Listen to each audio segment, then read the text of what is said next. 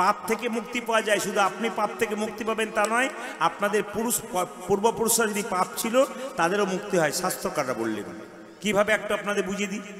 পূর্বে একজন রাজা ছিলেন, তিনি কিন্তু খুব ভালোভাবে দিন কাটাচ্ছিলেন, প্রজাদের খুব ভালোবাসতেন। কিন্তু এক সময় তিনি স্বপ্ন পেলেন, তার বাবা তাকে স্বপ্নে বলছে, বাবা তুই খুব কৃষ্ণ ভক্ত, কিন্তু আমি নরকগামী হয়ে আছি, খুব কষ্ট পাচ্ছি, আমার একটু ব্যবস্থা কর। রাজা স্বপ্নটা পেয়ে বড় বড় বিদ্বান মানুষদের ডাকলেন, পণ্ডিত মানুষদের। সবাই এলেন, সবাই বললেন, শোনো, একটা পর্বতের নিচে জঙ্গলে একজন মহর্ষি বাস করেন, মহাঋষি, তার কাছে চলুন। মহাঋষির কাছে আসতেন। মহাঋষির কাছে যখন গেলেন, মন দিয়ে শুনে নিন, মহাঋষি বললেন, শোনো, তোমার বাবা পাপ করেছে প্রচন্ড, যে নরকে গেছে, তো বাবা তুমি যদি একটা একাদশী করতে পারো তাহলে তোমার বাবা মুক্তি পেতে পারে। বলে কোন একাদশী? মোক্ষদা একাদশী। সেই রাজা সেই দিন থেকে শুধু মোক্ষদা নয়, প্রতিটি একাদশী শুরু করলেন, মোক্ষদা একাদশী থেকে শুরু করলেন, এবং জানা গেল তার বাবা নরক থেকে উদ্ধার পেলেন। এর থেকে প্রমাণ হয়ে গেল যে এই মোক্ষদা একাদশী করলে শুধু আপনার মুক্তি হবে তা নয়, আপনার পূর্বপুরুষগণ যারা আগে হয়তো পাপ করেছে, অন্যায় করেছে, নরকগামী হয়েছে, তাদের পর্যন্ত উদ্ধার হয়। আমি আপনাদের বলতে চাই, মুসলিম সমাজে 30 দিন রোজা রাখে। তারা কি করেন? 30 দিন ভোর 4টে থেকে সন্ধ্যে 6টা পর্যন্ত জলগ্রহণ করেন না। জল তো দূরের কথা, থুতু পর্যন্ত গেলেন না। আমাদের একাদশীর দিনে অনেক কিছু খাওয়া যায়, তবু কেন করবেন না? আমার প্রশ্ন। আপনার ছেলে মেয়েদের করান, আপনি বলবেন না যে আমার ছেলে মেয়ে শরীর খারাপ হবে না। ডাক্তাররা বারবার বলছেন ফাস্টিং করো, ফাস্টিং করো। বাচ্চা মেয়েদেরকে বলছে মোটা হয়ে যাচ্ছ, ফাস্টিং করো। যত ফাস্টিং করবে শরীর ফিট থাকবে, নইলে কিন্তু আনফিট হবে ভবিষ্যতে। যত ফাস্টফুড খাবে, খারাপ খারাপ খাবার খাবে, তত কিন্তু অন্যায় হবে। কারণ আমি একজন ডাক্তার দেখাতে গিয়েছিল তার মেয়েকে, তো ডাক্তারবাবু সুন্দর করে বললেন, তুমি কি রাস্তার খাবার খাও? বলে হ্যাঁ খাই। তুমি কি মোবাইল দেখো? বলে হ্যাঁ। ওই তোমার মাইগ্রেনে ব্যথা হয়ে গেছে। তো শোনো, এক কাজ করো, মাইগ্রেন মানে মাথার খুব ব্যথা, মোবাইল কটা পর্যন্ত দেখো? বলে 12টা পর্যন্ত। ওনার বাবাকে ডাক্তারবাবু বললেন, এক কাজ করুন, মোবাইলটা রাত্রি 10টার পর নিয়ে ড্রয়ার মধ্যে ভরে দিন, আর ফাস্টফুডে খাবার একবারে খেয়ে দেবেন না। যদি এরপর থেকে রাস্তার খাবার খায়, আর যদি ওই মোবাইলটা সারা রাত্রি দেখে ভোর 3টে 12টা পর্যন্ত, তারপরও মাথায় ব্যথা হয়, তারপর গ্যাস হয়, খারাপ কিছু হয়, তাহলে একটা সাদা কাগজে তার সামনে লিখে দেবেন, যেমন কর্ম তেমনি ফল। তাই বারবার প্রত্যেকটি ছেলে মেয়ের কাছে বলবো, অখাদ্য কুখাদ্য খেয়ে, রাস্তার খাবার খেয়ে নিজেদেরকে নষ্ট করে দিও না।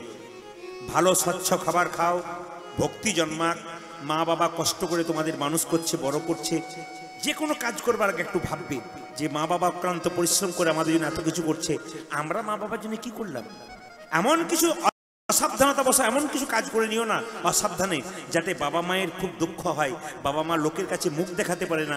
এ কাজ প্রত্যেকটি ছেলে মেয়ে করো না। প্রদীপ পালের বাবার নিবেদন রইল, বাবা মায়ের মান সম্মান রক্ষা করো।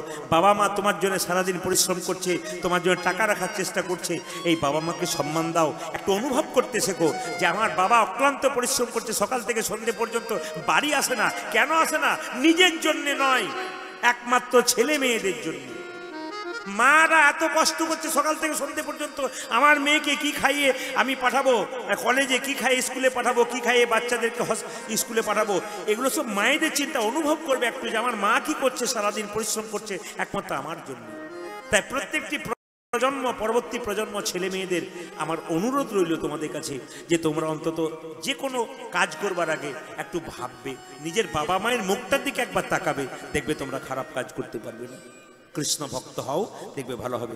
আর প্রত্যেকেই বলবো আপনারা একাদশী করতে শেখান আপনাদের বাচ্চাদেরকে। কিছু খেতে হবে না তো, একটু সাবু করবেন, বাচ্চাদের খাওয়াবেন, কলা দেবেন, পাকা ফল দেবেন, একটা সবজি দেবেন। এমনও তো ছেলে হয়েছে যে ভোর 4টেই গেছে কলেজে, সে খাবার পায়নি, সারাদিন হয়তো সেদিন কিছু খেতে পায়নি, এমনও দিন তো চলে গেছে। একটা দিন একাদশী করে দেখবে জীবনে কত আনন্দ হবে। যারা একাদশী করে আমি দেখেছি অনেক মেয়েরা মাগুলো করতে পারেনি, ছেলেগুলোকে কাছে এনে বলছে, প্রদীপবাবু আমার মাত্র 10 বছর আর 12 বছর দুটো ছেলে আছে, আমাকে খালি কেঁদে কেঁদে বলে তোমরা করো না করো, আমি করবো, প্রদীপবাবুর কীর্তন শুনি। এর থেকে আমি প্রমাণ পেলাম যে মায়ের চাইতে বাচ্চাগুলো আগে ভিজে গেছে। তাই প্রত্যেকটি ছেলে মেয়েকে বলবো, মাকে বলো, বাবাকে বলো, একাদশী করো, আমরাও করব। একাদশী মহারানী কি, মোক্ষদা একাদশী কি, একাদশী মহারানী কি। সবাই মিলে প্রেম সে লক্ষ্য করুন। মুকুন্দ সরকার যখন ছোট্ট একটা বাড়ি তৈরি করলেন। মালদা জেলা ছোট্ট একটা বাড়ি তৈরি করলেন, কৃষ্ণ মন্দির তৈরি করলেন, গোপীনাথের মন্দির তৈরি করলেন। মালদা জেলাতে একজন নবাব ছিল মুসলমান, তার নাম হচ্ছে কি, তার নাম হোসেন শাহ। তার একবার পেটের যন্ত্রণা হয়েছিল, কেউ ভালো করতে পারছে না। একজন বলল, নবাব তোমার পেটের যন্ত্রণা ভালো হতে পারে, একটা উপায় আছে। বলে কি? তুমি যদি ফকির সেজে যেতে পারো। বলে কোথায়? শ্রীখণ্ডে। কেন না, মুকুন্দ সরকারের নিয়ম হচ্ছে সে গরিবের চিকিৎসা করে, বড় লোকের করবে না।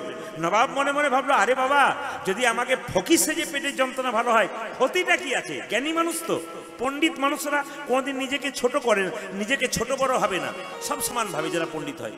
নবাব হোসেন শাহ খুব পণ্ডিত মানুষ ছিলেন, খুব জ্ঞানী মানুষ ছিলেন। তিনি